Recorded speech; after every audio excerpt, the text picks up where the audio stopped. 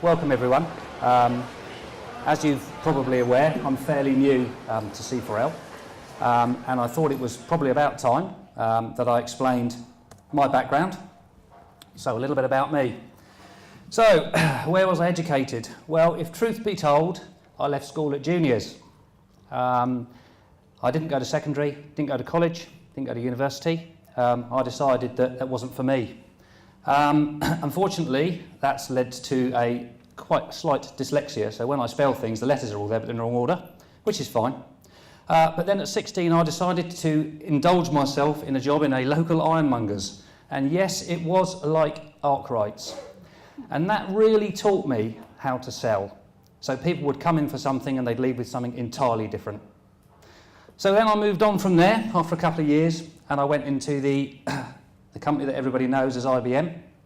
I worked on the production line for about 5 minutes because that was too much for me. But they pulled me out because they felt I was fairly innovative. So I was put in charge of a department which I think is probably still there now, and it's about continual improvement, whereby we would identify things from a process perspective and change things with respect to anything that happened in that production line. And we were infamous for saving multi-millions through the time that I was there. Once I'd finished that, I was then blessed with the opportunity to work with 4 individuals, and we created an ISP in London called Internet Network Services. Some of you may be aware of that. And we went from 0 to 400 people in 3 years. And it taught me about fast-paced business and service providers. Some of you may be aware we sponsored the British Superbikes. We won that for 2 years, and we went into the Worlds with various riders. Some of them are still riding now. But that allowed me invaluable experience on how to deliver a quality service from a service provider perspective. And also, we were lucky enough to sell. So I gained experience in selling to C&W. Unfortunately, we were venture capital backed, so a lot of it went away. But and then I was retained under contract for a year to work in C&W. They put me in charge of all their acquisitions, and they allowed me to spend about 300 million. And I left after a year, just before they bought Digital Ireland, for 300 million. So they spent about 600 million when I was there. So I've got the skills from fast growth, but I've got the experience as well. Okay, so my lessons learnt. I think the biggest lesson I learnt in all of that was about culture. And I feel that here at C4L, we're really, really honing in on that now from a culture perspective. Okay, so that follows on to why C4L. Excuse me a minute while I just fiddle with this mouse. Okay, so why did I choose C4L? To start with, I need fast-growing, fast-paced businesses. I need to be involved in service providers. I need a good brand.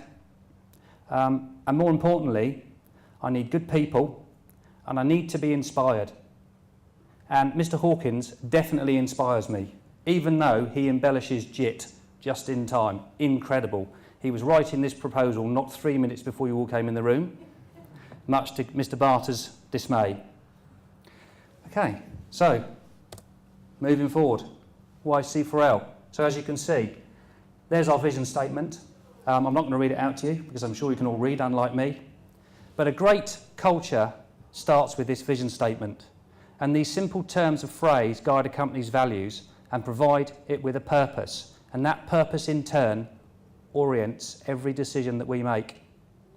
Okay, so what we're trying to do here is one of my main aims, one of my many objectives, obviously, is to bring the customer and the business partner closer to C4L, okay?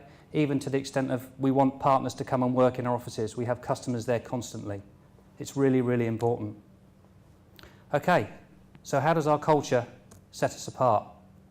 Okay, so we're challenging, okay?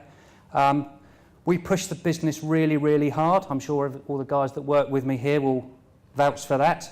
But we embrace a challenge. We don't hide from it. We'll hit it head on, okay? And the targets that we've set for everyone as a team are always achievable. Isn't that right, Mark? And Paul? Okay, we're concise, okay? A strong percentage of us are completer and finishers. This is a key for me, but you do need a mix in a business. You need the artistic ones, like Matt and Gary, but we try and keep them in the corner. Okay, we're caring. Now, a lot of companies say that they care, okay, and this is probably the most important one for me, but we truly do. Everyone that works with me at C4L really can't do enough for you guys, and it's so, so important for us to succeed. And the last one, collaborative. So irrelevant of size, I believe that dealing with us has to be simple. It really does, and we want to work with you, not for you, and vice versa, because we all know that process can be laborious, and we don't want it to be like that. Okay, so where are we going? Well, we're not going anywhere. Basically, we will continue to operate, and we'll operate carefully. So our progress since 2000, as Matt talked about it earlier, has been really impressive with many awards. And we're financially sound now. We have a strong business plan. We all are focused over the next 3 years. We want to operate consistently. Okay, with measured growth comes structure and consistency. Our practices are very open and we encourage our customers to come to our offices, as I said, and work. But we have the ability to move quick as well, and Matt will go into that later. So, we want to operate cohesively, okay? We boast an annual increase in our staff retention by 5%, okay? We have many internal awards for that, newsletter recognition, okay? Because I believe that if we look after our staff and make them happy, it makes the customers happy and everyone else is happy. So always staff first. And of course the last C, bringing up the rear as he normally does, is our chairman, okay? So the term entrepreneur, I just want to touch on that a little bit. So many people use this term and for me it's overused. I've worked with a few genuine entrepreneurs in my time and I would say that Matt embellishes and embodies the term entrepreneur, and I need that. So how are we going to get there? Our plan, again, the 4 C's. So we're going to cultivate you lot. So we are using our industry recognised names to provide us with detail and knowledge about our targets, and it's a very necessary leg up for us. I won't mention names right now. However, if that doesn't work, Matt and I will always use the leg over approach, won't we, Matt? So, capability, okay? The business, we've now successfully remodelled our company and it is now prepared for growth, and it now benefits from the correct structure and scale beyond our targets. Course, okay? So the roadmap is really clear for everyone that works with us, okay? And it'll be very clear for you guys as business partners as well. We don't hide anything, we want to make it really open for you. And the last one is obviously our community. So by working together with our partners, we will all succeed, okay? Because the sum of our parts is greater than one superstar. We've got a growing team of superstars here that now work with us.